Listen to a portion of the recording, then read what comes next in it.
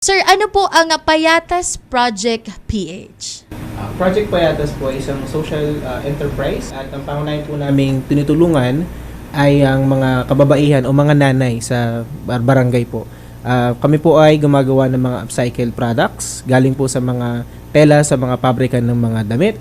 At gumagamit din po kami ng mga donated clothes at gumagawa kami ng mga wallet, bags, and iba pa po.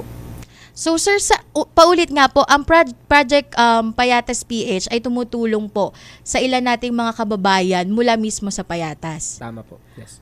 So sir, ano po yung mga pangunahin yung produkto or ginagawa? Mukhang may dala po kayo sa amin ngayon. Yes po. Again, galing po siya sa mga upcycled na tela po, galing ng mga pabrika. So meron po kaming doormats po, Okay, pambahay. pwede niyo po ba, Sir Hawakan. JM, napakita? Okay. Ayan, Ayan, so so ang ganda. So ganyan po siya i-package. So aesthetic tingnan. At meron po kaming wallets din. Yan.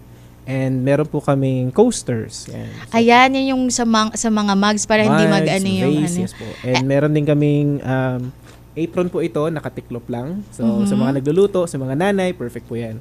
Ito din po yung parang laptop sleeve namin. Ay, ang ganda. Yes po. So, ang kagandahan nito kasi noon doormat lang siya pero dahil nag-upskill po yung mga nanay, natuto silang manahe, may lining po siya, may foam and all that. So, yun po, yun na yung naging ginagawa namin, ina-upskill namin yung mga nanay para mas makagawa pa kami ng iba't ibang products. So, you're saying, Sir JM, na bukod po sa nakakatulong po kayo sa kalikasan, nakakatulong pa rin po kayo sa komunidad, lalo na po sa mga nanay natin na nasa Payatas. Yes po, tama.